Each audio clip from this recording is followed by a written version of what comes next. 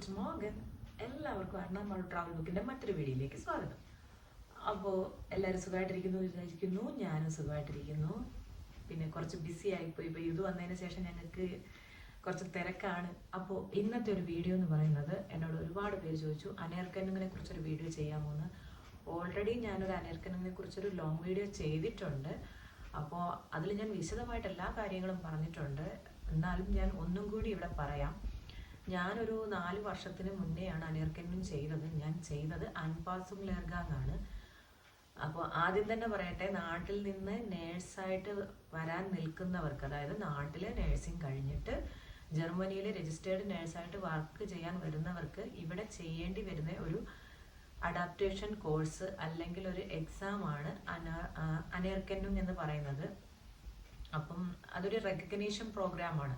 ഇപ്പം നാട്ടിൽ നമ്മൾ നേഴ്സിംഗ് പഠിച്ച ഒരാളുടെ സർട്ടിഫിക്കറ്റുകളെല്ലാം ജർമ്മനിയിൽ വെച്ച് അവർ ഇവിടുത്തെ നേഴ്സിംഗുമായിട്ട് താരതമ്യം ചെയ്യുമ്പോൾ നമ്മൾ എത്ര തിയറി അവേഴ്സും എത്ര പ്രാക്ടിക്കൽ അവേഴ്സും ചെയ്യണം എന്ന് തീരുമാനിക്കുന്നതിനെയാണ് അനേർക്കന്നും എന്ന് പറയുന്നത്. അതിനു വേണ്ടിയിട്ട് നമ്മൾ ചെയ്യേണ്ടതെന്ന് വെച്ച് കഴിഞ്ഞാൽ, നമ്മൾ B1 അല്ലെങ്കിൽ B2 ഇൻ്റർനാഷണൽ എക്സാം പാസ്സായി കഴിഞ്ഞിട്ട് നമ്മളൊരു അർബൈറ്റ്ഗേബറിനെ ജർമ്മനിയിൽ കണ്ടുപിടിച്ച് അവർ നമ്മുടെ സർട്ടിഫിക്കറ്റ് എല്ലാം റെക്കഗ്നേഷന് വെക്കും. അതായത് നാട്ടിൽ നിൽക്കുമ്പോൾ തന്നെ നമ്മൾ തീരുമാനിക്കണം ജർമ്മനിയിലെ ഏത് സ്റ്റേറ്റിൽ വേണം നമ്മൾ വർക്ക് ചെയ്യാൻ എന്നുള്ളത്. ഇപ്പം എക്സാമ്പിൾ പറയുവാണെങ്കിൽ, ഞാൻ നിൽക്കുന്നത് NRW സ്റ്റേറ്റാണ്, അതായത് നോർത്ത് റൈൻ വെസ്റ്റ് ഫാൽജിയ എന്ന് പറയുന്ന സ്റ്റേറ്റിലാണ് ഞാൻ നിൽക്കുന്നത്. അപ്പോൾ എനിക്ക് NRW സ്റ്റേറ്റിലാണ് വർക്ക് ചെയ്യാൻ താല്പര്യമെങ്കിൽ ഞാൻ ആ സ്റ്റേറ്റിലേക്ക് ബെഷേഡിന് അപ്ലൈ ചെയ്യണം, അതായത് റെക്കഗ്നേഷൻ അപ്ലൈ ചെയ്യണം. നാട്ടിൽ നമ്മൾ GNMO BSCയോ MSCയോ ഇനി പോസ്റ്റ് BSCയോ എന്ത് തന്നെ പഠിച്ച ആളായിരുന്നാലും നമ്മുടെ സർട്ടിഫിക്കറ്റ് ഇവിടെ റെക്കഗ്നേഷൻ ചെയ്യാതെ നമുക്കിവിടെ വർക്ക് ചെയ്യാൻ കഴിയത്തില്ല. സോ നമ്മൾ പഠിച്ച സർട്ടിഫിക്കറ്റുകളെല്ലാം പിന്നെ അതെല്ലാം ജർമ്മൻ ലാംഗ്വേജിലോട്ട് ട്രാൻസ്ലേറ്റ് ചെയ്ത് നമ്മൾ ഇവിടുത്തെ ഈ ഒരു ഗവൺമെൻറ്റിന് അയച്ചു കൊടുത്ത് അവരത് വാല്യൂ ചെയ്യുന്ന ടൈമാണ് ഒരു 6 മന്ത് എടുക്കും. മിനിമം 6 മന്താണ്. ആ ടൈം കഴിഞ്ഞതിന് ശേഷം നമുക്ക് റെക്കഗ്നേഷൻ എന്ന് പറയുന്നൊരു സാധനം കിട്ടും. ആ ഒരു സർട്ടിഫിക്കറ്റിനകത്ത് ഫുൾ റെക്കഗ്നേഷനും ഉണ്ട്, പാർഷ്യൽ റെക്കഗ്നേഷനും ഉണ്ട്. ഫുൾ റെക്കഗ്നേഷൻ എന്ന് പറയുന്നത് നമുക്ക് ഇവിടെ വന്നിട്ട് ഈ ഞാൻ പറഞ്ഞ അനേർക്കന്നും എന്ന് പറയുന്ന പ്രോസസ്സിങ് ചെയ്യേണ്ടുന്ന കാര്യമില്ലാത്ത ഒരു കാര്യമാണ് ഈ ഫുൾ റെക്കഗ്നേഷൻ. അതായത് ഡയറക്റ്റ് നമ്മൾ അവിടെ നിന്ന് റെക്കഗ്നേഷൻ കിട്ടി വരിക. പക്ഷേ ആ ഒരു സിറ്റുവേഷൻ എന്ന് പറയുന്നത് വളരെ ചുരുക്കം ചില കേസസിലേ ഉള്ളൂ.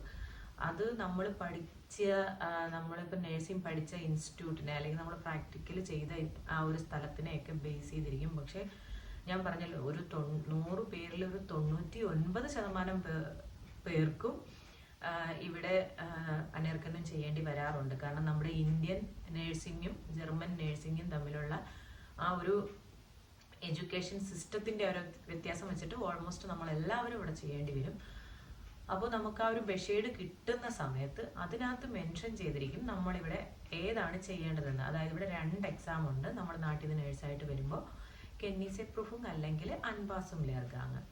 കെന്നിസെ പ്രൂഫും എന്ന് പറയുന്നത് ഒരു എന്താ പറയുക, ഇപ്പം അഡാപ്റ്റേഷൻ കോഴ്സ് അല്ല, നമ്മളൊരു എക്സാം അറ്റൻഡ് ചെയ്യേണ്ടതാണ്. അതായത് റിട്ടേൺ എക്സാം ഉണ്ടായിരിക്കും. അതിനധികം ചാൻസ് ഒന്നുമില്ല. നമ്മൾ പാസ്സായില്ല എന്നുണ്ടെങ്കിൽ ഒന്നുകിൽ നമ്മൾ തിരിച്ചു പോകേണ്ടി വരും, ഇല്ലെങ്കിൽ വളരെ റെയറാണ്, പാടുമാണ്, നമുക്ക് മറ്റൊരു സ്റ്റേറ്റിലേക്ക് വീണ്ടും റെക്കഗ്നേഷൻ വെച്ച് മാറേണ്ടി വരും. അതൊക്കെ നമ്മൾ നിൽക്കുന്ന സ്റ്റേറ്റിനെയും നമ്മൾ അപ്ലൈ ചെയ്യുന്ന സ്റ്റേറ്റിനെയൊക്കെ ബേസ് ചെയ്തിരിക്കും ഇതൊക്കെ സാധ്യമാണോ ഇല്ലയോ എന്നുള്ളത്. ഇനി അൻപാസും ലേർഗാങ് എന്ന് പറയുന്നത് അഡാപ്റ്റേഷൻ കോഴ്സാണ്.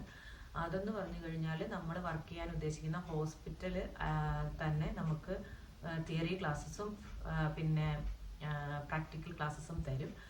അപ്പം നമ്മൾ ഇത്ര തിയറി അവേഴ്സ് അല്ലെങ്കിൽ ഇത്ര പ്രാക്ടിക്കൽ അവേഴ്സ് കംപ്ലീറ്റ് ചെയ്യണം എന്നുണ്ട്.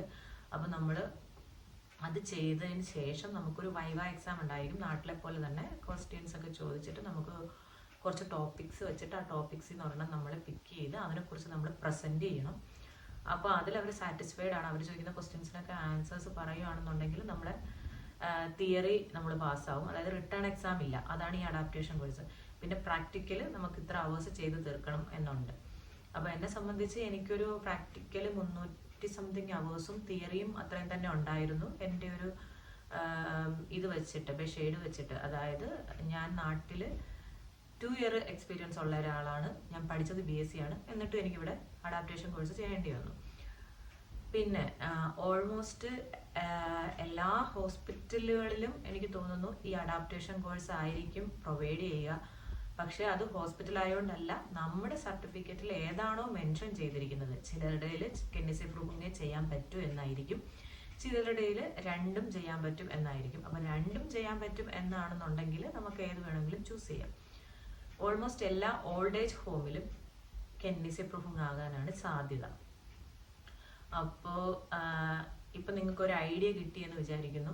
അപ്പോൾ അഡാപ്റ്റേഷൻ പൂർത്തിയാക്കാൻ വേണ്ടിയിട്ട് നമുക്ക് അവർ പറയുന്നത് ഒരു 6 to 8 months ആണെങ്കിലും എല്ലാ കാര്യങ്ങളും ഒക്കെ കഴിഞ്ഞ് കോഴ്സൊക്കെ കഴിഞ്ഞ് നമ്മുടെ കയ്യിൽ ഒരു RN ആയിട്ടുള്ള സർട്ടിഫിക്കറ്റ് കിട്ടാൻ എനിക്ക് 1 വർഷം എടുത്തു. അപ്പോൾ നമുക്കൊരു 1 വർഷം കൂട്ടാം. എന്നാൽ നമുക്ക് ഈ RN ആയതിനു ശേഷം മാത്രമല്ല നമ്മുടെ പാർട്ട്നേഴ്സിനെ കൊണ്ടുവരാൻ പറ്റുന്നത്. നമുക്ക് നമ്മുടെ സ്പൗസിന് നമ്മൾ വർക്ക് ചെയ്യാൻ കയറി 3 month സാലറി സ്ലിപ്പോട് കൂടി നമുക്ക് വേറൊരു സെപ്പറേറ്റ് അപ്പാർട്ട്മെന്റ് എടുത്തു കഴിഞ്ഞാൽ നമുക്ക് ക്രൈറ്റീരിയാസ് എല്ലാം ഫുൾഫിൽ ചെയ്ത് കഴിഞ്ഞാൽ അവരെ കൊണ്ടുവരാൻ പറ്റും. പക്ഷെ എൻ്റെ പേഴ്സണൽ ഒപ്പീനിയൻ നമ്മൾ എക്സാം പാസ്സായതിനു ശേഷം കൊണ്ടുവരുന്നതായിരിക്കും നല്ലത്. കാരണം അവർ വന്നു കഴിഞ്ഞിട്ട് അവരുടെ പേപ്പർ വർക്കും കാര്യങ്ങളും സിറ്റി രജിസ്ട്രേഷനും ഇതൊക്കെ ആയിട്ട് നമ്മൾ അതിൻ്റെ പുറകെ ഒരുപാട് നടക്കേണ്ടി വരും. അപ്പോൾ നമുക്ക് അതും ഇതും എല്ലാം കൂടി നമുക്ക് ടൈം കിട്ടണമെന്നില്ല. പിന്നെ നമ്മൾ കൂടുതൽ സ്ട്രെസ്ഫുൾ ആയിരിക്കും. കാരണം ഇവിടുത്തെ അഡാപ്റ്റേഷൻ കോഴ്സ് എന്ന് പറയുന്നത് അല്ലെങ്കിൽ കെന്നിസി പ്രൂഫിംഗ് എന്ന് പറയുന്നത് ജർമ്മൻ ലാംഗ്വേജ് തന്നെയായിരിക്കും. സോ അങ്ങനെ കൊണ്ടുവരുന്നതായിരിക്കും നല്ലത്. പിന്നെ നാട്ടിൽ നിന്ന് നിങ്ങൾ ഏജൻസീസ് ചൂസ് ചെയ്യുമ്പോൾ ശ്രദ്ധിച്ച് ചൂസ് ചെയ്യാൻ ശ്രമിക്കുക. അതായത് ട്രസ്റ്റഡ് ആയിട്ടുള്ളത്, ഒരുപാട് പേരെ കൊണ്ടുപോയിട്ടുള്ളവർ ആയിട്ടുള്ള ഏജൻസീസ്, അല്ലെങ്കിൽ നമുക്ക് അത്രയും വിശ്വാസമുള്ള ആൾക്കാർ, ഇപ്പോൾ പോയിട്ടുള്ള ആൾക്കാരോട് നമുക്ക് സംസാരിക്കാൻ പറ്റണം. അതായത് ഇപ്പം നിങ്ങൾ കൊണ്ടുപോയ ഒരാളുടെ കോൺടാക്ട് നമ്പർ തരുമോ ഞങ്ങൾക്ക് സംസാരിക്കാനാണെന്ന് പറഞ്ഞ് അവരുടെ നമ്പർ മേടിച്ച് അതിൽ അത്രയും തെളിവായതിനു ശേഷം മാത്രം നമ്മൾ കൊണ്ടുപോയി പൈസ കൊടുക്കുക. ഇപ്പോൾ ഒരുപാട് ന്യൂസുകൾ ഇവിടെ വരാറുണ്ട്. അതായത് ഫേക്ക് കോൺട്രാക്ട്സ് കൊടുത്ത് ഇവിടെ വന്ന് കഴിയുമ്പോഴത്തേക്ക് ഇവിടെ ആരും ഹെൽപ്പ് ചെയ്യാനില്ലാത്തൊരവസ്ഥ. അപ്പം അതൊക്കെയെന്ന് പറഞ്ഞു കഴിഞ്ഞാൽ ഭയങ്കര ബുദ്ധിമുട്ടാണ്. നമുക്കിപ്പോൾ നാട്ടിൽ നിന്ന് വിസ കിട്ടി കയറി വരിക മാത്രമല്ല, ഇവിടെ വന്ന് കുറച്ച് കാര്യങ്ങൾ ചെയ്യാനുണ്ട്. അപ്പോൾ നമുക്കിവിടെ ആരെങ്കിലും അറിയാവുന്ന ആൾക്കാരുണ്ടെങ്കിൽ മാത്രമേ നമുക്ക് ചെയ്യാൻ പറ്റൂ. അല്ലെങ്കിൽ കുറച്ച് ടഫായിരിക്കും. ചെയ്യാൻ പറ്റില്ല എന്നല്ല, കുറച്ച് ടഫായിരിക്കും. നമുക്ക് ജർമ്മൻ പോലൊരു ലാംഗ്വേജ് നമ്മൾ നാട്ടിൽ നിന്ന് B2 കഴിഞ്ഞല്ലേ വരുന്നുള്ളൂ. B2 ആയിരുന്നാൽ പോലും നമ്മൾ അങ്ങനെ അത്ര പക്ക സംസാരിക്കാറൊന്നും ആവത്തില്ല. അതിവിടെ വന്ന് സംസാരിക്കുമ്പോഴത്തേക്ക് നമുക്ക് മനസ്സിലാവും നമ്മൾ എക്സാമിന് സംസാരിക്കുന്നത് പോലല്ല നേറ്റീവേഴ്സിനോട് സംസാരിക്കുമ്പോൾ. സോ നമ്മൾ ട്രസ്റ്റഡ് ആയിട്ടുള്ള ഏജൻസീസ് ചൂസ് ചെയ്യാൻ ശ്രമിക്കുക. എപ്പോഴും എൻ്റെ വീഡിയോയിൽ പറയുന്ന പോലെ നിങ്ങൾ ദയവായി ഒരുപാട് കാശ് കൊണ്ടുവന്ന് കളയരുത്. ഞാൻ ഇന്നലെയും കൂടി ഒരാളെ പരിചയപ്പെട്ടു. ഞാനും ഏട്ടനും കൂടി ഒരാളെ പരിചയപ്പെട്ടു. അപ്പോൾ പുള്ളി ഇവിടെ ജോബ് സീക്കേഴ്സ് വിസയിൽ വന്നതാണ് 4 ലക്ഷം രൂപ കൊടുത്തിട്ട്. അപ്പം നമുക്ക് അതിൻ്റെ ഒന്നും ആവശ്യം ഇവിടെ ഇല്ല. ഇത്രയും പൈസയൊന്നും കൊടുത്ത് വരേണ്ട ആവശ്യമില്ല. നാട്ടിൽ നിൽക്കുന്നവരുടെ അവസ്ഥ എനിക്ക് മനസ്സിലാവും. എത്രയും പെട്ടെന്ന് ഒന്ന് കയറി വന്നാൽ മതി, ഇവിടെ ഒന്ന് എത്തിപ്പെട്ടാൽ മതി എന്നുള്ള മൈൻഡിലാണ്. എങ്കിലും നമ്മൾ ചതിക്കപ്പെടാതിരിക്കാൻ ശ്രദ്ധിക്കുക. പിന്നെ ഒരുപാട് പേര് ഇൻസ്റ്റാഗ്രാമിൽ മെസ്സേജ് അയച്ച് ചോദിക്കുന്നതാണ്, ഞാൻ B2 1 മൊഡ്യൂൾ കിട്ടി, 2 മൊഡ്യൂൾ കിട്ടി, 3 മൊഡ്യൂൾ കിട്ടി, എനിക്ക് ജർമ്മനിയിൽ വരാമോ, വർക്ക് ചെയ്യാൻ പറ്റുമോ? അപ്പോൾ ഞാൻ എപ്പോഴും വീഡിയോയിൽ പറയുന്ന പോലെ എനിക്ക് പറയാനുള്ളത്, നിങ്ങൾ അറ്റ്ലീസ്റ്റ് B1 എങ്കിലും ഇൻ്റർനാഷണൽ എക്സാം എഴുതുക. ഇപ്പോൾ ഇഷ്ടം പോലെ ഏജൻസീസ് ഉണ്ട്. ഏജൻസീസ് എക്സാം നടത്തിയിട്ട് നമുക്ക് B2 മാത്രം ഇൻ്റർനാഷണൽ എക്സാം എഴുതിയാൽ മതി, പൈസ അത്ര ചിലവില്ലെന്നൊക്കെ പറഞ്ഞ് അവർ ചെയ്യുന്നുണ്ട്. നിങ്ങളൊരു കാര്യം മനസ്സിലാക്കണം, ഇതെല്ലാം ഒരു ബിസിനസ്സാണ്. അവരെപ്പോഴും അവർക്ക് ക്ലയൻറ്റിനെ കിട്ടാനല്ലേ നോക്കത്തുള്ളൂ. അപ്പോൾ അവർ പറയും നിങ്ങൾ A1 A2 B1 ഒന്നും ഇൻ്റർനാഷണൽ എക്സാം എഴുതണ്ട, നമ്മുടെ ഇൻസ്റ്റിറ്റ്യൂട്ട് എക്സാം നടത്തും, പിന്നെ B2 നിങ്ങൾ ഇൻ്റർനാഷണൽ എക്സാം എഴുതിയാൽ മതി. എനിക്കത് എത്രത്തോളം പോസിബിൾ ആണെന്ന് എനിക്ക് തോന്നുന്നില്ല. കാരണം ഇപ്പം B1 വരെ ഇൻസ്റ്റിറ്റ്യൂട്ട് എക്സാം നടത്തിയാലും അതൊരിക്കലും ഒരു ഇൻ്റർനാഷണൽ എക്സാമിൻ്റെ ലെവലിലായിരിക്കത്തില്ല അല്ലേ. നമ്മൾ ചിലപ്പോൾ B1 വരെയുള്ള എക്സാമിലെല്ലാം നമ്മൾ പാസ്സാകുമായിരിക്കും ഇൻസ്റ്റിറ്റ്യൂഷണൽ എക്സാമിൽ. പക്ഷെ നമ്മളൊരു ഇൻ്റർനാഷണൽ എക്സാം B1 എഴുതി നോക്കിയാൽ മാത്രമേ നമുക്ക് അറിയത്തുള്ളൂ നമുക്ക് B2 ഇൻ്റർനാഷണൽ എക്സാം പാസ്സാവാൻ കഴിയുമോ എന്നുള്ളത്. കാരണം A1 A2 പോലെയല്ല, B1 B2 എന്ന് പറയുന്നത് നല്ലൊരു ചേഞ്ചുള്ള കാര്യമാണ്. അതായത് നമ്മളൊരു ടോപ്പിക്ക് കിട്ടുമ്പോൾ അതിനെക്കുറിച്ച് സംസാരിക്കുക, അതിനെക്കുറിച്ച് ഡിസ്കഷൻ ചെയ്യുക, അങ്ങനെയൊക്കെ നല്ല ചേഞ്ചസ് ഉണ്ട്. സെൻറ്റൻസ് മേക്കിംഗ് പോലല്ല. അപ്പോൾ ഒരുപാട് പേര് മെസ്സേജ് അയച്ച് ചോദിക്കുന്നുണ്ട്, B1 വരെ ഇൻ്റർനാഷണൽ എക്സാം അല്ല, ഇൻസ്റ്റിറ്റ്യൂട്ട് എക്സാമാണ് എഴുതിയത്, B2 ഇൻ്റർനാഷണൽ എക്സാം എഴുതാൻ പോവുകയാണ്. അപ്പം എഴുതിയപ്പോൾ തന്നെ 2 മൊഡ്യൂളെ കിട്ടുള്ളൂ, അത് വെച്ച് കയറി പോകാൻ പറ്റുമെന്ന്. നിങ്ങളിപ്പം B1 ഇൻ്റർനാഷണൽ എക്സാമാണ് എഴുതിയിരുന്നത് എങ്കിൽ നിങ്ങൾക്ക് അത് വെച്ചിട്ട് പ്രോസസ്സിങ് സ്റ്റാർട്ട് ചെയ്യാം. ആ ഒരു സമയം കൊണ്ട് നിങ്ങൾക്ക് B2 ഇൻ്റർനാഷണൽ എക്സാം എഴുതിയാൽ മതി. ഇതിപ്പോൾ നിങ്ങൾ ഡയറക്റ്റ് പോയി B2 ഇന്റർനാഷണൽ എക്സാം എഴുതുമ്പോൾ പാസ്സാവത്തുമില്ല. പാസ്സാവുകയാണെങ്കിൽ ഓക്കെ, നല്ല കാര്യം. പാസ്സാവത്തുമില്ല, പിന്നും ഡേറ്റ് കിട്ടാൻ ബുദ്ധിമുട്ട്, വേറെ സ്ഥലങ്ങളിൽ പോകണം. അപ്പം അത്രയും ടൈം നിങ്ങൾക്ക് വീണ്ടും വേസ്റ്റ് ആയിക്കൊണ്ടിരിക്കുകയാണ്. പിന്നെ കുറച്ച് പേര് ചോദിക്കുന്നതാണ്, ഞാനിപ്പം ഗൾഫിലാണ് വർക്ക് ചെയ്യുന്നത്, എനിക്കിവിടെ ഇത്ര രൂപ സേവ് ചെയ്യാൻ പറ്റുന്നുണ്ട്, ഇതേ ക്യാഷ് എനിക്ക് അവിടെയും സേവ് ചെയ്യാൻ പറ്റുമോ എന്നുള്ളത്. ഞാനിതൊക്കെ ഒരുപാട് പ്രാവശ്യം ഒരുപാട് വീഡിയോസിൽ പറഞ്ഞിട്ടുള്ളതാണ്. എങ്കിലും പുതുതായിട്ട് കാണുന്നവർക്ക് വേണ്ടിയിട്ട് പറയുകയാണ്, സേവിങ്സ് എന്ന് പറയുന്നത് തികച്ചും നമ്മുടെ പേഴ്സണൽ കാര്യമാണ്. എനിക്കിപ്പോൾ എൻ്റെ സാലറിയിൽ നിന്ന് എത്ര രൂപ സേവ് ചെയ്യണമെന്നുള്ളത് ഞാൻ മാത്രം തീരുമാനിക്കുന്ന കാര്യമാണ്. എത്ര രൂപ എനിക്ക് ചിലവാക്കണമെന്നുള്ളത് ഞാൻ മാത്രം തീരുമാനിക്കുന്ന കാര്യമാണ്. പക്ഷെ നമ്മൾ മസ്റ്റായിട്ട് പേ ചെയ്യേണ്ട കുറച്ച് കാര്യങ്ങളുണ്ട്. നമ്മുടെ റെൻറ്റ്, നമ്മുടെ പിന്നെ ഇപ്പോൾ ഇൻ്റർനെറ്റ്, നമ്മുടെ കറണ്ട്, പിന്നെ ഇവിടെ ഗ്യാസ്, അങ്ങനത്തെ കാര്യങ്ങൾ നമ്മൾ മസ്റ്റായിട്ട് പേ ചെയ്യേണ്ട കാര്യങ്ങളുണ്ട്. റേഡിയോയുടെയൊക്കെ പേയ്മെൻറ്റ്, ഇൻഷുറൻസ് പേയ്മെൻറ്റ്, ഇതെല്ലാം മസ്റ്റായിട്ട് ചെയ്യേണ്ടത്. അല്ലാതെ വരുന്ന ക്യാഷിൽ നമ്മൾ എത്ര രൂപ നമ്മൾ കഴിക്കാനായിരുന്നാലും ട്രാവൽ ചെയ്യാനായിരുന്നാലും നമ്മൾ എന്തെങ്കിലും ക്ലോത്ത്സ് വാങ്ങാനൊക്കെ ആയിരുന്നാലും യൂസ് ചെയ്യുക എന്നുള്ളത് നമ്മുടെ തികച്ചും പേഴ്സണൽ കാര്യമാണ്. നമ്മളിങ്ങനെ ചിലവാക്കാതിരുന്നു കഴിഞ്ഞാൽ നമുക്ക് സേവ് ചെയ്യാൻ പറ്റും. അതേ എനിക്ക് പറയാൻ പറ്റും. അല്ലാതെ നമുക്ക് എത്ര രൂപ സേവ് ചെയ്യാൻ പറ്റും എന്ന് ചോദിച്ചു കഴിഞ്ഞാൽ എനിക്കൊരു ആൻസർ ഇല്ല. അതുകൊണ്ടാണ് ഞാൻ പല മെസ്സേജസിനും റിപ്ലൈ കൊടുക്കാത്തത്. പക്ഷേ എനിക്ക് ഒരു കാര്യം നിങ്ങളോട് ഉറപ്പിച്ച് പറയാൻ കഴിയും, നിങ്ങൾ നാട്ടിൽ നേഴ്സായിട്ട് വർക്ക് ചെയ്തിട്ടുള്ള ഒരാളാണ്, അല്ലെങ്കിൽ പുറത്ത് കേരളത്തിന് പുറത്ത് വർക്ക് ചെയ്തിട്ടുള്ള ഒരാളാണെന്നുണ്ടെങ്കിൽ, എനിക്ക് ഗൾഫിലെ കാര്യം അറിയത്തില്ല, ഞാൻ അങ്ങോട്ടൊന്നും വർക്ക് ചെയ്തിട്ടില്ല, വർക്ക് ചെയ്തിട്ടുള്ള ഒരാളെന്നുള്ള നിലയ്ക്ക് ഞാൻ പറയുകയാണ്, നിങ്ങൾ ഇവിടെ വർക്കിൻ്റെ കാര്യത്തിൽ സാറ്റിസ്ഫൈഡ് ആയിരിക്കും. അതായത് നിങ്ങൾക്ക് ഇപ്പം വർക്ക് ലൈഫ് ബാലൻസ് ആയിരിക്കും. നമുക്കിപ്പം 8 hours ഉള്ളൂ ഡ്യൂട്ടി ടൈം. അതിൽ അരമണിക്കൂർ ബ്രേക്കാണ്, പൗസ്.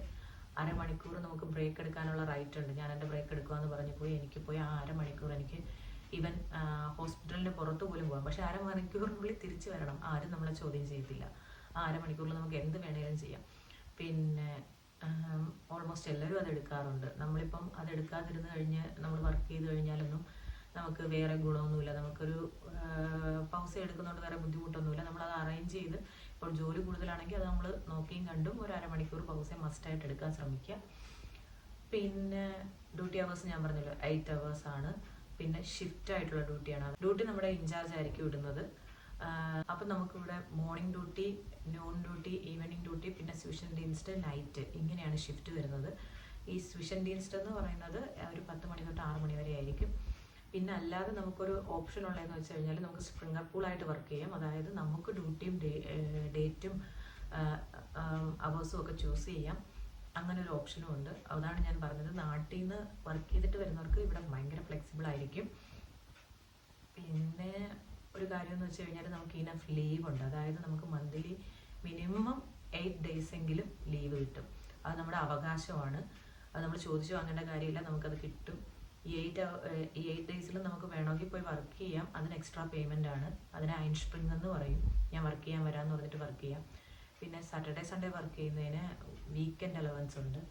പിന്നെ വെക്കേഷനിൽ നമ്മൾ വർക്ക് ചെയ്യാൻ ചെല്ലുവാണെങ്കിൽ അതിന് ക്യാഷ് ഉണ്ട്. നമ്മൾ എക്സ്ട്രാ ഡ്യൂട്ടി ചെയ്യുവാണെങ്കിൽ, അതായത് എക്സ്ട്രാ അവേഴ്സ് ചെയ്യുവാണെങ്കിൽ, ഇപ്പം ഡ്യൂട്ടി അവേഴ്സ് ഒരു 2-10 വരെയാണെങ്കിൽ നമ്മൾ അതിൽ കൂടുതൽ നിൽക്കുകയാണെന്നുണ്ടെങ്കിൽ അതിന് പേയ്മെൻറ്റ് കയറും. അത് വേണമെങ്കിൽ നമുക്ക് പേയ്മെൻ്റ് ആയിട്ട് എടുക്കാം, അല്ലെങ്കിൽ നമുക്കത് ഫ്രൈ ആയിട്ട് എടുക്കാം, ഓഫായിട്ട് എടുക്കാം.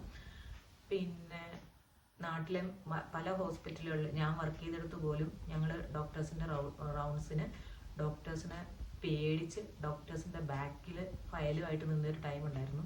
പക്ഷേ ഇവിടെ നമുക്ക് സ്വന്തമായിട്ട് നമുക്ക് ചില കേസസിൽ, എമർജൻസി കേസസിൽ നമുക്ക് നമ്മുടെ ഒപ്പീനിയൻസ് പറയാം. നമുക്ക് സ്വന്തമായിട്ടത് എന്താണെന്ന് വെച്ചാൽ അറിഞ്ഞും കണ്ടും ചെയ്യാം. ഇപ്പം എക്സാമ്പിൾ, ഒരു പേഷ്യൻറ്റിൻ്റെ BP കൂടുതലാണെങ്കിൽ നമുക്ക് ഡോക്ടറെ ഇൻഫോം ചെയ്യണം. അതോടുകൂടി തന്നെ നമുക്ക് വേണമെങ്കിൽ ആ BP കൂടുതലിന് വേണ്ടിയിട്ടുള്ള എന്തെങ്കിലും കാര്യങ്ങളൊക്കെ ചെയ്യുന്നതുകൊണ്ട് ഇവിടെ തെറ്റൊന്നുമില്ല.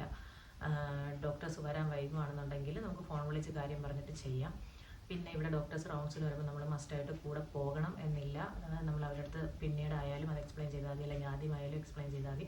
അതായത് ഡോക്ടേഴ്സും നമ്മളും തമ്മിലുള്ള ആ ഒരു കമ്മ്യൂണിക്കേഷനിൽ നമുക്ക് സ്ട്രെസ്സൊന്നും വരാനില്ല. നമ്മൾ ജസ്റ്റ് അവരുടെ അടുത്ത് എക്സ്പ്ലെയിൻ ചെയ്താൽ മതി. അതും അവിടെ ഒരു ഫ്രണ്ട്ലി അപ്രോച്ച് ആയിട്ടാണ് എനിക്ക് തോന്നിയിട്ടുള്ളത്. നമ്മൾ ആരെയും ഇവിടെ സാറെന്നോ മേഡമെന്നോ ഒന്നും വിളിക്കേണ്ട കാര്യമില്ല. എല്ലാവരെയും നമുക്കിവിടെ പേര് വിളിക്കാം. ആദ്യം വന്നപ്പോൾ എനിക്കത് ഭയങ്കര ബുദ്ധിമുട്ടുള്ള കാര്യമായിരുന്നു. നമ്മുടെ വീട്ടിൽ നിന്നൊക്കെ പറഞ്ഞ് പഠിപ്പിച്ചേക്കുന്നത് നമ്മുടെ വയസ്സിന് മൂത്തവരെ പേര് വിളിക്കരുത് എന്നൊക്കെയല്ലേ. പക്ഷേ ഇവിടെ നമുക്ക് പേര് വിളിക്കാം. അപ്പം ആദ്യമൊക്കെ അത് ബുദ്ധിമുട്ടായിരുന്നു, പക്ഷെ ഇപ്പം എല്ലാവരെയും പേര് തന്നെയാണ് വിളിക്കുന്നത്. പിന്നെ ബഹുമാന സൂചകമായിട്ട് ഫ്രൗ അല്ലെങ്കിൽ ഹെർ എന്ന് നമുക്ക് ആഡ് ചെയ്യാം. പക്ഷെ നമ്മുടെ കൊളീഗ്സും പിന്നെ ഡോക്ടേഴ്സും ഒക്കെ ആണെങ്കിൽ നമ്മൾ അതൊന്നും യൂസ് ചെയ്യാറില്ല. നമ്മൾ അത്രയും ഫ്രണ്ട്ലി ആയിട്ടാണ് അവരുമായിട്ട് ബിഹേവ് ചെയ്യുന്നത്. പിന്നെ ഇവിടെയുള്ള കുറച്ച് ബെനിഫിറ്റ്സ് ആണ്. നമുക്ക് പെയ്ഡ് വെക്കേഷൻ ആണ് കിട്ടുന്നത്. അതൊരു 30 days കിട്ടും. ഇനി ഞാൻ വർക്ക് ചെയ്യുന്ന ഹോസ്പിറ്റലിലാണെങ്കിൽ ഞാൻ സ്മോക്ക് ചെയ്യാത്ത ഒരാളായതുകൊണ്ട് എനിക്ക് നിസ്ട്രൗ ഹർട്ടാഗ് എന്ന് പറയും, അതിൻ്റെ പേരിൽ 1 ദിവസം കൂടെ കിട്ടും. അങ്ങനെ 31 ദിവസം കിട്ടും. പിന്നെ പെയ്ഡ് സിക്ക് ലീവ് ഉണ്ട്. അതായത് ഇപ്പം എനിക്ക് അസുഖമാണ്, എന്തെങ്കിലും വയ്യായിക ഉണ്ടെങ്കിൽ എനിക്ക് വിളിച്ചിട്ട് ഞാനിന്ന് സിക്കാണെന്ന് പറയാം. അപ്പോൾ അത് നമുക്കൊരു 30 days കിട്ടും സിക്ക് ലീവ്. പിന്നെ പെയ്ഡ് കുഞ്ഞിന് വയ്യാന്നുണ്ടെങ്കിൽ അതിൻ്റെ സിക്ക് ലീവ്, അതായത് കിൻ്റെ സിക്ക് ലീവ്. അപ്പോൾ അതും നമുക്കൊരു എനിക്ക് തോന്നുന്നത് 25 ദിവസമാണ് തോന്നുന്നു. അതിൻ്റെ കാര്യം എനിക്ക് കൺഫേം അല്ല, പക്ഷെ അത് നമുക്ക് എടുക്കാം. അപ്പോൾ ഇതെല്ലാം പെയ്ഡ് ആയിട്ടുള്ളതായിരിക്കും. അപ്പോൾ അങ്ങനെയുള്ള കുറേ ഓപ്ഷൻസ് ഉണ്ട്. നാട്ടിൽ ഞാനാണെങ്കിൽ ഒരു CLന് വേണ്ടിയിട്ട് നിന്ന് കാല് പിടിച്ചൊരു സമയമൊക്കെ ഉണ്ടായിരുന്നു. പിന്നെ നമ്മുടെ സാലറി നമുക്ക് എക്സ്പീരിയൻസ് അനുസരിച്ച് ഇൻക്രീസ് ചെയ്യും. ഇപ്പോൾ ഇവിടുത്തെ എക്സ്പീരിയൻസ് 3 വർഷം കൂടുമ്പോഴാണ്, ഞാൻ വർക്ക് ചെയ്യുന്ന ഹോസ്പിറ്റലിൽ 3 വർഷം കൂടുമ്പോഴാണ് അവർ സാലറി ഇൻക്രീസ് ചെയ്യുന്നത്. കൂടാതെ ഓരോ എന്തെങ്കിലുമൊക്കെ ഒരു സ്ട്രൈക്കോ ഇതൊക്കെ വരുവാണെന്നുണ്ടെങ്കിൽ വീണ്ടും ഒരു സാലറി കൂട്ടാറുണ്ട്. അതൊക്കെ ഞാനിവിടെ കണ്ടിട്ടുണ്ട്. നാട്ടിൽ ഇപ്പോൾ സാലറിക്ക് വേണ്ടിയിട്ട് കിടന്ന് സമരം ചെയ്യല്ലേ, അത്രയും അതുപോലെ ഇവിടെ കിടന്ന് സമരം ഒന്നും ചെയ്യണ്ട. നമ്മളിപ്പം ഇത്ര പേരിറങ്ങി ചുമ്മാ നമ്മൾ സ്ട്രൈക്കാണ് എന്ന് പറഞ്ഞൊന്ന് കാണിക്കുമ്പോൾ തന്നെ ഇവിടെ മാനേജ്മെൻറ്റ് സാലറി കൂട്ടാറുണ്ട്. ഓൾമോസ്റ്റ് നല്ല എമൗണ്ടിൽ സാലറി തരാറുണ്ട്. പിന്നെ നമ്മുടെ സാലറിയിലെ ഡിഫറൻസ് എന്ന് പറഞ്ഞു കഴിഞ്ഞാൽ അത് നമ്മൾ വർക്ക് ചെയ്യുന്ന സിറ്റിയെ ബേസ് ചെയ്തിരിക്കും. ഇപ്പം നമ്മൾ നല്ല എക്സ്പെൻസീവ് ആയിട്ടുള്ള സിറ്റികളിൽ, ഇപ്പോൾ ബെർലിൻ, മ്യൂണിക്ക് അങ്ങനെയൊക്കെയുള്ള എക്സ്പെൻസീവ് സിറ്റീസിലാണ് വർക്ക് ചെയ്യുന്നുണ്ടെങ്കിൽ അതുപോലെ സാലറി കൂടുതലായിരിക്കും. കാരണം അവിടുത്തെ റെൻറ്റും കൂടുതലായിരിക്കും, അവിടുത്തെ ലേബൻസ്മെൻറ്റിൽ ഒക്കെ കൂടുതലായിരിക്കും. സോ അതുപോലെ സാലറിയും കൂടുതലായിരിക്കും. പിന്നെ നമ്മൾ കുറച്ച് അത്രയും എക്സ്പെൻസീവ് അല്ലാത്ത സ്ഥലത്താണെങ്കിൽ സാലറി കുറവായിരിക്കും. പക്ഷെ അതുപോലെ നമുക്ക് ഓരോ കാര്യങ്ങൾക്കുള്ള കാശ് ചിലവാക്കുന്ന രീതിയും കുറവായിരിക്കും. പിന്നെ എന്നോട് ചോദിച്ചൊരു ക്വസ്റ്റ്യനുള്ള ആൻസറും കൂടെ ഞാനത് പറയുവാണേ. എന്നോട് കുറേ പേരൻസ് മെസ്സേജ് അയച്ച് ചോദിച്ചു, കുറേ സ്റ്റുഡൻസും മെസ്സേജ് അയച്ച് ചോദിച്ചു, നാട്ടിൽ സയൻസ് ഗ്രൂപ്പ് പഠിക്കാത്ത ഒരാളാണ് ഞാൻ, എനിക്ക് ജർമ്മനിയിൽ നേഴ്സിംഗ് പഠിക്കാൻ കഴിയുമെന്ന്. ഇവിടെ നേഴ്സിംഗ് പഠിക്കാനായിട്ട് സയൻസ് ഗ്രൂപ്പ് വേണമെന്ന് നിർബന്ധമില്ല. ഇവിടെ നോക്കുന്നത് എപ്പോഴും 10th ക്വാളിഫിക്കേഷനാണ്. പക്ഷേ ഓൾമോസ്റ്റ് എല്ലാവരും +2 കഴിഞ്ഞാണ് എല്ലാം വയ്ക്കുന്നത്. അപ്പോൾ നമുക്ക് +2 ഏത് സബ്ജക്റ്റ് എടുത്താലും നമുക്കിവിടെ നേഴ്സിംഗ് പഠിക്കാൻ കഴിയും. അതിനൊരു കുഴപ്പവുമില്ല. പിന്നെ ഇവിടുത്തെ നേഴ്സിംഗ് എന്ന് പറയുന്നത് നാട്ടിലെ GNM BSc പോലെ അല്ല. ഇവിടുത്തെ നേഴ്സിംഗ് എന്ന് പറയുന്നത് ഹൗസ് ബിൽഡിംഗ് ആണ്. 3 വർഷത്തെ ട്രെയിനിങ് പ്രോഗ്രാമാണ്. അപ്പോൾ അത് നാട്ടിലെ നേഴ്സിംഗുമായിട്ട് കമ്പയർ ചെയ്യാൻ പാടില്ല. പക്ഷേ ഇവിടെ നമ്മുടെ നാട്ടിൽ പഠിച്ചിട്ട് വന്നാലും ഇവിടെ പഠിച്ചിട്ട് വർക്ക് ചെയ്താലും ഒക്കെ സാലറിയും കാര്യങ്ങളും ബെനിഫിറ്റ്സും എല്ലാം സെയിം ആണ്. പിന്നെ നാട്ടിലെ നേഴ്സിങ്ങിന് നമ്മൾ പേഷ്യൻസിന് മരുന്നും കെയറിങ്ങും ഒക്കെ കൊടുക്കുന്ന പോലെ തന്നെയാണ് ഇവിടെയും എല്ലാ കാര്യങ്ങളും. പിന്നെ ഇവിടെ കൂടുതലും പ്രാക്ടിക്കൽ അവേഴ്സ് ആയിരിക്കും കൂടുതൽ. തിയറിയെക്കാളും പ്രാക്ടിക്കലിനാണ് ജർമ്മനിയിലെ നേഴ്സിംഗ് ഫോക്കസ് ചെയ്യുന്നത്. പിന്നെ ഒരു കാര്യം എന്ന് വെച്ച് കഴിഞ്ഞാൽ, മുമ്പ് ഇവിടെ സ്പൗസ് വരണമെങ്കിൽ സ്പൗസ് മിനിമം A1 സർട്ടിഫിക്കറ്റ് വേണമായിരുന്നു. സ്പൗസ് മിനിമം A1 പഠിച്ച സർട്ടിഫിക്കറ്റ് വേണമായിരുന്നു. പക്ഷേ ഇപ്പോൾ ചില കേസസിൽ സ്പൗസിന് ലാംഗ്വേജ് വേണ്ട. പക്ഷേ എങ്കിലും എനിക്ക് പറയാനുള്ളത്, നാട്ടിൽ നിന്ന് സ്പൗസസ് മാക്സിമം ലാംഗ്വേജ് പഠിച്ചിട്ട് വരാൻ നോക്കുക, അറ്റ്ലീസ്റ്റ് B1 വരെ എങ്കിലും. കാരണം ഇവിടെ വന്നു കഴിഞ്ഞാൽ അവരെന്തായാലും ഇൻ്റഗ്രേഷൻ കോഴ്സ് ചെയ്യേണ്ടി വരും. ഇൻ്റഗ്രേഷൻ കോഴ്സ് എന്ന് പറയുന്നത് നമ്മുടെ ജർമ്മനെ ഇവിടുത്തെ ഗവൺമെൻറ് താരതമ്യം ചെയ്യുന്നതാണ്. ഇപ്പം നമുക്ക് അത്രയും നോളജ് ഇല്ലയെന്നുണ്ടെങ്കിൽ അവർ തന്നെ നമുക്ക് ക്യാഷ് മുടക്കി നമ്മളെ പഠിപ്പിക്കും. B1 വരെ നമ്മൾ പഠിക്കണം, പാസ്സാവണം. അത് പാസ്സായാൽ മാത്രമേ നമുക്കിവിടെ നല്ല രീതിയിലൊരു കോഴ്സോ അല്ലെങ്കിൽ ഒരു ജോലിയോ ഒക്കെ ചെയ്യാൻ പറ്റത്തുള്ളൂ. അതവർ എന്തായാലും പ്രൊവൈഡ് ചെയ്യും. ഇവിടുത്തെ എല്ലാ സ്പൗസസും അത് ചെയ്യാറുണ്ട്. പിന്നെ അത് കഴിഞ്ഞതിന് ശേഷം ലേബൻസൺ ഡോയ്ച്ച്ലാൻഡ് എന്ന് പറയുന്നൊരു എക്സാം ഉണ്ട്. അതും പാസ്സായാൽ മാത്രമേ നമുക്ക് PR-ന് അപ്ലൈ ചെയ്യാൻ പറ്റത്തുള്ളൂ. അതിപ്പോൾ നേഴ്സായിട്ട് വരുന്നവരായാലും ഹൗസ് ബിൽഡിംഗ് പഠിക്കാൻ വരുന്നവരായാലും ഈ ലേബൻസൺ ഡോയ്ച്ച്ലാൻഡ് എന്ന് പറയുന്ന എക്സാം എഴുതേണ്ടത് അത്യാവശ്യമാണ്. അത് എഴുതിയാൽ മാത്രമേ, അതിൻ്റെ സർട്ടിഫിക്കറ്റ് ഉണ്ടെങ്കിൽ മാത്രമേ നമുക്ക് PR-ന് അപ്ലൈ ചെയ്യാൻ പറ്റത്തുള്ളൂ. പിന്നെ ചില പേരൻസ് ചോദിച്ചൊരു ക്വസ്റ്റ്യനാണ്, ജർമ്മനിയിൽ നേഴ്സിംഗ് പഠിച്ചിട്ട് നാട്ടിൽ പോയി വർക്ക് ചെയ്യാൻ കഴിയുമോ എന്നുള്ളത്. ഒറ്റവാക്കിൽ ഉത്തരം പറയുകയാണെങ്കിൽ കഴിയും. പക്ഷേ അത് ഡിഫിക്കൽട്ടാണ്. കാരണം ഇവിടുന്ന് നേഴ്സിംഗ് പഠിച്ചിട്ട് പിന്നെ നാട്ടിൽ പോയി ഇന്ത്യൻ നേഴ്സിംഗ് കൗൺസിൽ രജിസ്റ്റർ ചെയ്തിട്ട് നമ്മൾ പഠിക്കാൻ കയറുമ്പോഴത്തേക്ക് നമ്മുടെ നാട്ടിൽ നിന്നൊരു നേഴ്സ് പഠിച്ചിട്ട് ഇവിടെ വരുമ്പോഴത്തേക്ക് തിയറിയും പ്രാക്ടിക്കലും അവേഴ്സൊക്കെ നോക്കുന്നത് പോലെ തന്നെയാണ് ഇവിടെ നിന്ന് അവിടെയും പോകുമ്പോഴത്തേക്ക് നോക്കുന്നത്. അപ്പം എല്ലാം സെറ്റായി എല്ലാവർക്കും റെഡിയായി വരാനായിട്ട് കുറച്ച് ടൈം എടുക്കും. ചിലപ്പം മേ ബി നമ്മൾ വീണ്ടും ഒന്നിന്ന് കോഴ്സ് ചെയ്യേണ്ടി വരുമായിരിക്കും. അപ്പം അല്ലെങ്കിൽ നമുക്ക് അസിസ്റ്റന്റ് നേഴ്സായിട്ടേ വർക്ക് ചെയ്യാൻ പറ്റത്തുള്ളായിരിക്കും. അപ്പം അങ്ങനെയൊക്കെയുള്ള കുറച്ച് നൂലാമാലകളുണ്ട്. പക്ഷെ വർക്ക് ചെയ്യാൻ പറ്റുമെന്ന് ചോദിച്ചാൽ വർക്ക് ചെയ്യാൻ ഒറ്റ സെൻറ്റൻസിൽ പറ്റുമെന്നാണ്. പക്ഷെ ഡിഫിക്കൽട്ടാണ്. നാട്ടിൽ നിന്ന് നേഴ്സിംഗ് കഴിഞ്ഞിട്ട് ഒരാൾ ഇവിടെ ഇപ്പം ഞാൻ തന്നെ BSc കഴിഞ്ഞിട്ട് വന്ന ഒരാൾ ആയിരുന്നിട്ട് പോലും ഞാൻ പറഞ്ഞില്ല, എനിക്ക് 300 hours കൂടുതൽ തിയറിയും പിന്നെ പ്രാക്ടിക്കലും ഉണ്ടായിരുന്നു. അപ്പോൾ നമ്മളിനി എത്ര എക്സ്പീരിയൻസ് ഉള്ള ആളായിരുന്നാൽ പോലും നമ്മളത് ചെയ്യേണ്ടി വരും. അപ്പോൾ അതുപോലെ ഡിഫിക്കൽട്ടാണ്. പിന്നെ ഇവിടെ വന്ന് നേഴ്സിംഗ് പഠിച്ച ഒരാൾ എന്തിന് നാട്ടിൽ പോയി വർക്ക് ചെയ്യണമെന്ന് എനിക്കറിയത്തില്ല. കാരണം നാട്ടിൽ ഞാൻ പ്രൈവറ്റിൽ പഠിച്ച ഒരാളാണ്. അപ്പോൾ എനിക്ക് തന്നെ ഒരു 6-7 ലക്ഷം രൂപ കൂടുതലായി 2013 പാസ് ഔട്ട് ആവുന്ന സമയത്ത്. അപ്പോൾ എനിക്ക് ആരും ഇങ്ങോട്ട് ക്യാഷ് തന്നില്ല. ഞാൻ അങ്ങോട്ട് കൊടുത്ത് എൻ്റെ പേരൻസ് കൊടുത്തിട്ട് തന്നെയാണ് പഠിച്ചത്. എന്നിട്ട് ആ 2 കൊല്ലം വർക്ക് ചെയ്ത സമയത്ത് എനിക്ക് സാലറിയേ ഉണ്ടായിരുന്നില്ല. ബാങ്കിലല്ല സാലറി കിട്ടിക്കൊണ്ടിരുന്നത്, കയ്യിലാണ്. എന്നിട്ട് ഞാൻ പുറത്ത് പഠിച്ച ഒരാളായിരുന്നുകൊണ്ട് എനിക്ക് കേരളത്തിൽ രജിസ്ട്രേഷൻ കിട്ടാൻ 6 months എടുത്തു. ആ 6 months ഞാൻ സാലറി ഇല്ലാതെ വർക്ക് ചെയ്തു. അങ്ങനെയൊക്കെ ഒരുപാട് സ്ട്രഗിൾ ചെയ്ത ഒരാളാണ് ഞാൻ. അപ്പോൾ അങ്ങനെ ഒരാൾ എന്ന നിലയിൽ എനിക്ക് പറയാനുള്ളത്, നിങ്ങൾ ജർമ്മനിയിൽ നേഴ്സിംഗ് പഠിക്കുകയാണെന്നുണ്ടെങ്കിൽ എന്തിന് ഇന്ത്യയിൽ പോയി വർക്ക് ചെയ്യണം? ജർമ്മനിയിൽ ഹൗസ് ബിൽഡിംഗ് പഠിക്കുന്ന സമയത്ത് മന്ത്ലി കിട്ടുന്ന നമ്മുടെ സ്റ്റൈഫൻഡിൻ്റെ 1/3 പോലും നമുക്ക് നാട്ടിൽ പല പ്രൈവറ്റ് സെക്ടറിലും ഇപ്പോൾ സാലറി ഇല്ല. സോ നിങ്ങൾ ജർമ്മനിയിൽ നേഴ്സിംഗ് പഠിക്കാൻ ഉദ്ദേശിക്കുന്ന ഒരാളാണെങ്കിൽ ജർമ്മനി നേഴ്സിംഗ് പഠിച്ച് നേഴ്സായിട്ട് വർക്ക് ചെയ്ത് ജർമ്മനിയിൽ തന്നെ സെറ്റിൽ ആവാൻ നോക്കുക. പിന്നെ ഇവിടെ വരുന്ന ഒരാൾ ഒരിക്കലും തിരിച്ചു പോകത്തില്ല. ഇവിടെ ഓക്കെ അല്ല എന്ന് പറഞ്ഞ് തിരിച്ചു പോകത്തില്ല. വളരെ റെയറായിട്ടുള്ള ആൾക്കാരെ പോകാറുള്ളൂ. പിന്നെ ഒരു ഡീമെറിറ്റ്സ് അല്ല, ഒരു സത്യാവസ്ഥ എന്ന് പറയുന്നത് ഇവിടുത്തെ നേഴ്സിംഗ് ജർമ്മൻ ലാംഗ്വേജിലാണ്. അത് ടു ഡിഫിക്കൽട്ടാണ്. അതായത് ജർമ്മൻ നാട്ടിൽ നിന്ന് B2 ഉണ്ടായിരുന്ന മാത്രം പോരാ, ഇവിടെ വന്നിട്ട് ഒരു 6 months അവർ നമ്മൾക്കൊരു പ്രൊബേഷൻ പോലെ പീരീഡ് പോലെ തരും. ആ ഒരു സമയത്ത് നമുക്ക് എന്തോ ഒരു പ്രോബേ എക്സാം ഉണ്ടായിരിക്കും.